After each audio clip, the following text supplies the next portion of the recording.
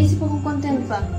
Meron ka na naman. Wow! Oo pa. Content? O sige, very good. Wala pa, hindi tayo magkakilala. Magkumpare tayo. Tulad ng interview dati. Oo ba? Magkumpare tayo, kumpare. Oo ba, pero ang lahat ng sabihin mo yung maganda lang. Oo. Ang lahat ng sabihin mo yung maganda lang. Oo. Ano? Sige pa. Tapos, kumare kita. Kunwari. Oo pa. Kumpare mo tapos. Okay. Anong gagawin natin? Mag-inuman lang tayo pa. At kunwari, magkumari tayo, kumari kita, kumpare mo ko, tapos mag-iinuman tayo. Magkikinto-kintuhan. Yan. O sige, gusto ko yan, inuman. Okay. Sana all. Opa, Sige. Ano nang gagawin? 3, 2, 1, action. Sige.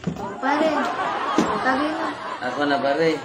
Maubos na natin to, Mare, Last shot na to, Mare. Di pare, ubusin natin yan. Sige, kaya pa.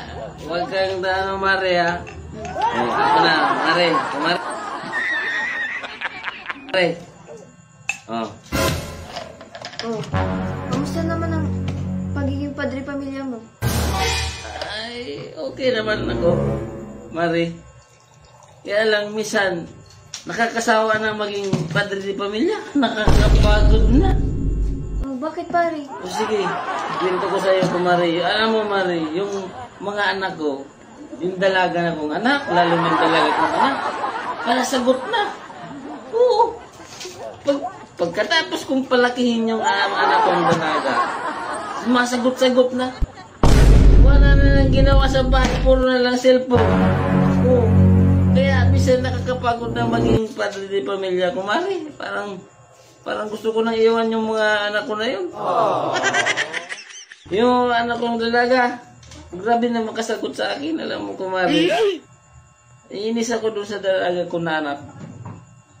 Wala nang ginawa sa bahay. Puro na ng cellphone. Sinasagot-sagot pa ako.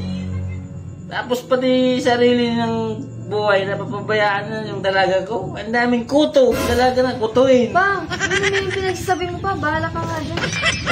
Lasing ako eh.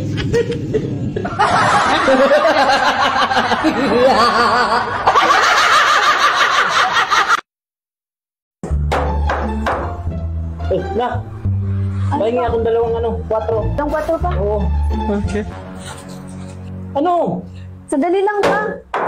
Ayan 10 na yan pa. Ano ito? Ba't Maria? Sabi mo 4. 4 plus 4, 8. 10 Yung na. pako, yung si 4 pako. Yung dalawang malaking pako. Ayaw, di ma.